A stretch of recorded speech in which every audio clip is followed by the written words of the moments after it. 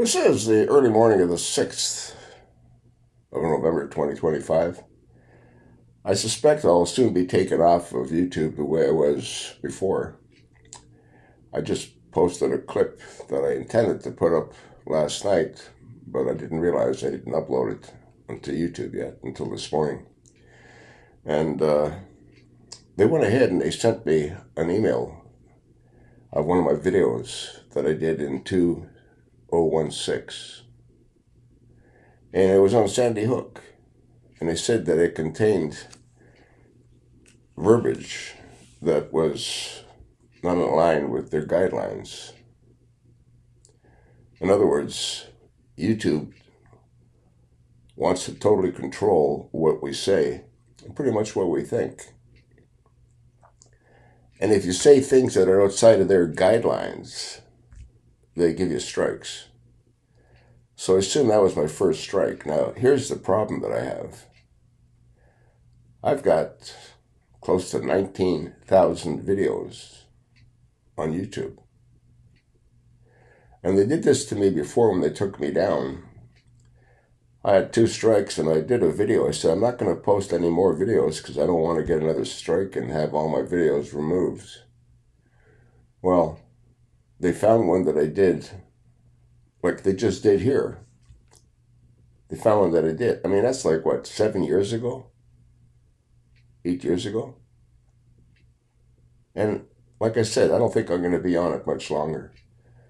But in the meantime, I'm going to keep doing what I'm doing. And if they do take me off, come on over to Rumble under Kudaman, Cudaman 415-708. This is a clip put up by Lawrence O'Donnell. I think you're going to find it to be interesting. The title, Lawrence, Trump is living in fear tonight of just how bad election night will be for him next year. Yeah, he has no idea. I said it'll be an absolute bloodbath, and a lot of you Republicans that got your nose stuck up his ass, you're going to be looking for other gigs because you're not going to get reelected. It's going to be an absolute slaughter. I also read another article that we've never had a president perform as poorly as Donald has. Not one. But we've never had a president that was a felon either, a convicted felon. Let's listen to what Lawrence has to say. Well, last night, Donald Trump went from being a lame duck to being a humiliated duck when voters from coast to coast turned out to vote against Donald Trump and his candidates and his policies in every place and in every way that they could. Donald Trump's explanation today for the Republican wipeout last night is that Donald Trump was not on the ballot. That's what he says. The conservative Wall Street Journal editorial board has written a reply to that under the headline, Trump really was on the ballot. The Journal editorial says Mr. Trump was on the ballot, not literally, but nonetheless, as the main motivating force behind a dominating Democratic turnout. Winning Democratic candidates for governor in New Jersey and Virginia linked their opponents to Mr. Trump, driving Democratic voters to the polls and erasing the GOP gains in 2024 among Hispanics, Black men, and independents. The result was a much bigger Democratic triumph than polls predicted. The tsunami was big enough that Democrats were able to pick up 13 seats in the Virginia House of Delegates. They'll have 64 seats out of 100, which could give Democrats the chance to redistrict next year to gain congressional seats. And in California, where not a single name was on the ballot, voters stood in long lines to deliver 63% support for Democratic Governor Gavin Newsom's proposal for congressional redistricting in California that could add 4 or 5 seats for the Democrats to the House of Representatives and win control of the House of Representatives for the Democrats in next year's election. Every one of those California votes for that proposition was a vote against Donald Trump, every one of them. The reason no previous president has ever considered pursuing any of the policies Donald Trump has pursued this year is that those policies are obviously politically suicidal and not. What did he think would happen when he's got millions of people not receiving their compensation, like the air traffic controllers or federal employees?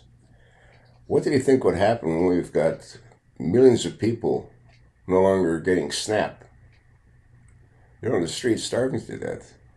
If you see someone stealing in a grocery store, please look the other way. Do not report them. They're trying to just stay alive. What do you think would happen when he's got the government shut down and he's doing nothing about it? What do you think would happen when he's got huge parties going on at Mar-a-Lago with strippers or dancers in very large champagne glasses when people are starving to death? What did he honestly think would happen? Problem is, he doesn't know how to think. Let's go back. Now we have the proof of that. And Donald Trump's bright idea today, during his politically suicidal government shutdown, is to partially shut down the air traffic control system in this country with the Thanksgiving travel surge approaching. Every day, Donald Trump finds a new way to weaken himself and weaken his party politically while making life in this country worse for millions of Americans. And now he wants to make it much worse for the millions of Americans who hope to go home for Thanksgiving this year. Anyone that travels with the controllers on strike, you're really shooting the dice and they're all against you. With less than a year into his presidency this time, Donald Trump is now the lamest of lame ducks ever to occupy the presidency. And sinking with him is the lamest group of Republican members of the House and Senate that the country has ever seen. The election returns last night indicate that a year from now, Democrats will win back control of the House of Representatives, and Donald Trump's administration and his incompetent cabinet members will be subject to real investigations of their personal profiteering from government, real investigations of possible abuse of their office, real investigations of an FBI director who uses a government plane for date night. Democratic control of the House of Representatives means that most of the Trump madness can be stopped and in its tracks. By the way, the plane that he's referring to is a $60 million jet that cross-eyed Kash Patel is flying his 26-year-old girlfriend around. How long do you think she's going to stay with this dope? By the way, she's Caucasian. And he? Indian. Hindu. And Donald Trump knows that. And so Donald Trump is living in fear tonight of just how bad election night is going to be for him next year. And just 12 hours after Donald Trump's electoral humiliation last night, in the United States Supreme Court this morning, Donald Trump was humiliated again when the Supreme Court, including the justices who Donald Trump appointed, ripped apart the biggest and stupidest policy lie of the Trump second term. At 11:22 a.m., when Neil Katyal rose to address the Supreme Court, the first sentence he spoke contained only 3 words: tariffs are taxes. And there it was, the pure economic truth and policy truth about tariffs that the founders of this government knew, and that every president has known and every member of Congress has known until Donald Trump started lying about tariffs. The Trump tariff enforcers were seated in the front row at the Supreme Court today. Why? To try to intimidate the Supreme Court? The always goofy Howard Lutnick, the most incompetent Commerce Secretary in history, who is always the loudest laugh at every Trump joke, was there in the front row, bringing into the room a mind smaller than the smallest mind on the Supreme Court. And sitting beside him was the Secretary of the Treasury. In our lifetimes, the Secretary of the Treasury has never attended a Supreme Court hearing. The last Secretary of the Treasury known to have attended a Supreme Court hearing was the first Secretary of the Treasury, Alexander Hamilton. But that was in 1796. Hamilton attended a Supreme Court hearing only when he was a former Secretary of the Treasury, the year that he attended that hearing. And so it is entirely possible that no currently serving Secretary of the Treasury has ever attended a Supreme Court hearing until the relentlessly ineffectual Scott Bessent, who appears to believe that the most important thing about being a Treasury Secretary is dressing the part, while being willing to say the most ridiculously false things ever said about tariffs by a Treasury Secretary. Donald Trump himself had been threatening to attend the Supreme Court hearing, presumably as some kind of intimidation tactic. But he chose in the end to send his completely unintimidating court jesters instead. Donald Trump's lawyer, arguing in favor of his illegal and unconstitutional tariffs today, had a much more difficult time than the Trump tariff enablers do when they appear in very friendly TV interviews that they submit to. The Treasury Secretary and the Commerce Secretary have an open invitation to come on this program and discuss tariffs for the full hour or any amount of time that they choose. But they haven't shown up. Today, they had to sit there silently when Neil Katyal said tariffs are taxes. And they had to sit there silently for all 2 hours and 40 minutes in which Donald Trump's lawyer never said that tariffs are not taxes. He didn't try to make that impossible point. It was simply an accepted fact of the case by all of the justices. Tariffs are taxes. 3 minutes after Neil Katyal's first sentence saying tariffs are taxes, the Chief Justice of the Supreme Court said, quote, "The tariffs are a tax," end quote. That is how fully accepted that fact was during this argument. Chief Justice Roberts said, yes, sure, the tariffs are a tax, and that's a core power of Congress. Yes, sure. Not a single Supreme Court justice disagreed with the Chief or Neil Katyal about that. Tariffs are taxes is the single shortest sentence that exposes the lie of the Trump tariffs, which Donald Trump has claimed are paid by foreign countries. Donald Trump's lawyer, the Solicitor General, didn't dare try to tell that lie to the Supreme Court today.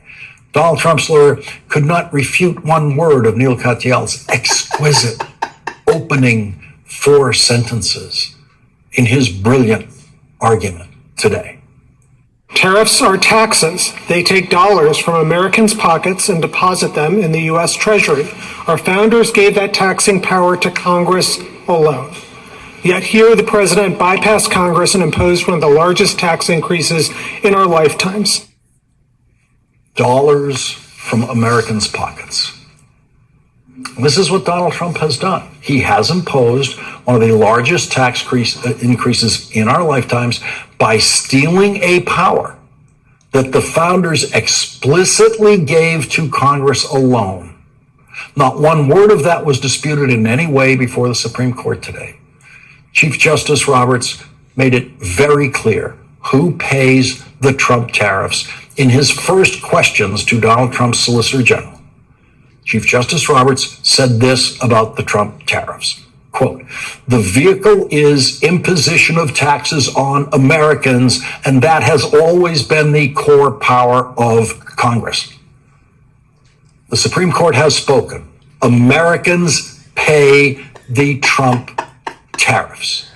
Justice Sotomayor interrupted Donald Trump's Solicitor General early in his argument with a line a lawyer never wants to hear from a Supreme Court justice: "I just don't understand this argument."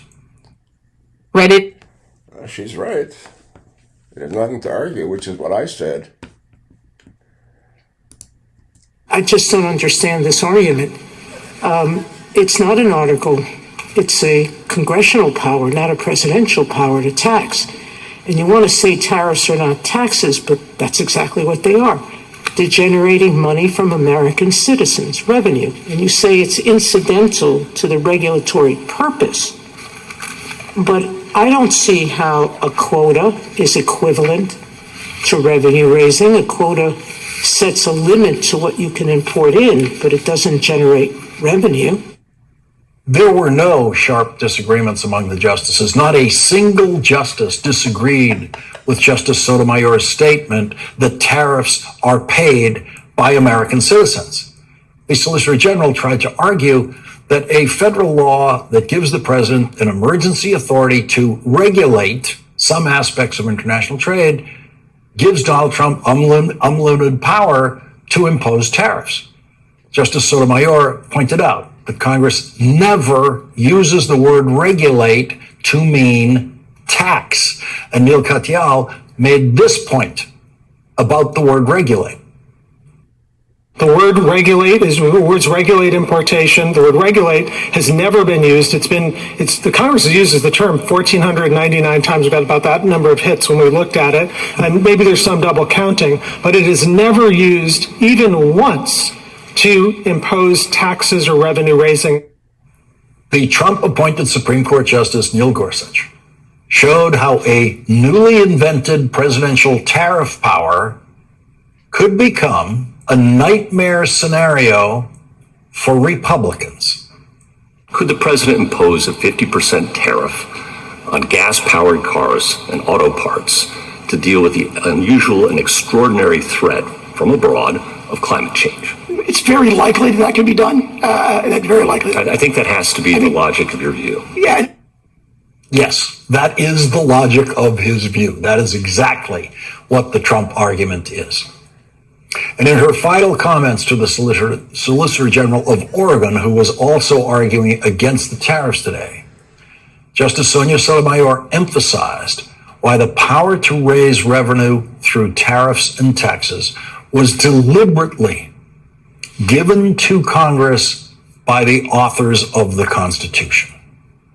That's a good point. I think what we're forgetting here is a very fundamental point, which is the Constitution is structured so that if I'm going to be asked to pay for something as a citizen, that it's through a bill that is generated through Congress and the president has the power to veto it or not. But I'm not going to be taxed unless both houses, the executive and the legislature, have made that choice, correct? That's exactly right. That is exactly right. And it was a very bad day for the lame duck, Donald Trump, now the humiliated duck, Donald Trump, at the United States Supreme Court. Now, all you Republicans, both in the Congress and in the Senate, I used to have an executive search company, and I can help you with your resumes. I can help you polish them up, and if I were you, I'd definitely go ahead and start polishing them up because you're not going to be remaining in power. And what would you expect from an idiot that's gone bankrupt 6 times? You think he has any kind of business acumen? The other thing I want to do is I want to ask you folks, if you see this video, and if I get taken off, I've got about 26,000 subscribers. Please raise your voice and demand that YouTube put me back on again. I've done nothing wrong, and I was persecuted by them. They've destroyed a significant livelihood that I was starting to achieve by getting so many views. And this is in 2017, they took me down. They're a criminal, dysfunctional organization. You don't want to hear that, YouTube? Too effing bad. That's what you are. Again, folks, if I get taken down, please reach out to them and demand that I'm put back on again. Thanks for listening.